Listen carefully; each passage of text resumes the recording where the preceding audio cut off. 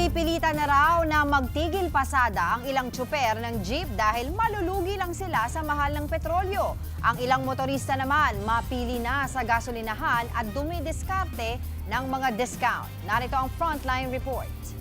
Ngayong Martes, malaki ang tsansang tataas na naman ang presyo ng petrolyo sa gitna ng nagpapatuloy na gulo sa Middle East. Kaya naman ang ilang tsuper ng jeep nag-iisip ng magtigil pasada muna. Nasa 300 pesos na lang daw kasi ang kita ng ilan sa kanila kada araw. Kasi pakikitain ko, pagod lang makukuha ko. Parang nagdadalawang isip na nga ako sir kasi parang nahirapan na talaga kami mag-boundary at saka yung kita.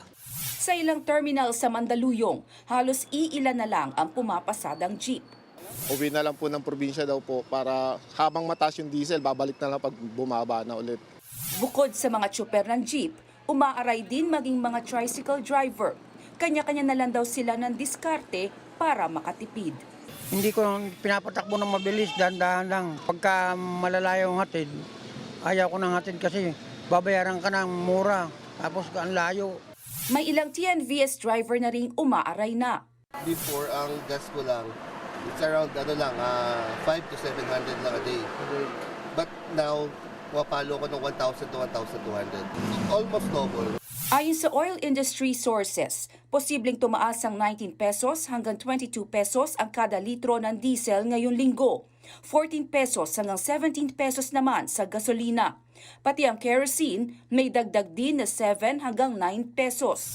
Pag natuloy yan, posibleng umabot na sa higit 97 pesos hanggang 107 pesos ang kada litro ng diesel. Nasa 80 pesos naman hanggang 90 pesos sa kada litro ng gasolina.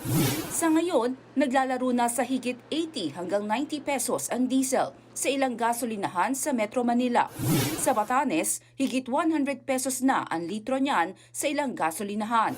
Ang ilang motorista mas nagiging metikuloso sa paghahanap ng murang gas station para makatipid. May mga dumidiskarte sa discount gamit ang application ng mga gasolinahan. Yung dati pa pong presyo, yun po yung nabili ko. Sa app po, may 5 pesos per liter po sila. Kaya malaking bagay din po kung magpapapul tank po ako, 20 pesos din po halimbawa.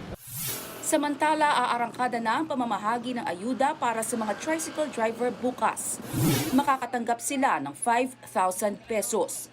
139,000 na mga tricycle driver sa Metro Manila ang benepisyaryo niyan. Tanging driver's license at photocopy nito ang requirements na dadalhin ng mga driver ayon sa DSWD. Nagbabalita mula sa Frontline, Naomi Dayrit, News 5. Mga kapatid, Angela Lagunsad Castro po para sa komprehensibo at makabuluhang balitaan at talakayan. Mag-follow at subscribe na sa social media pages ng News 5.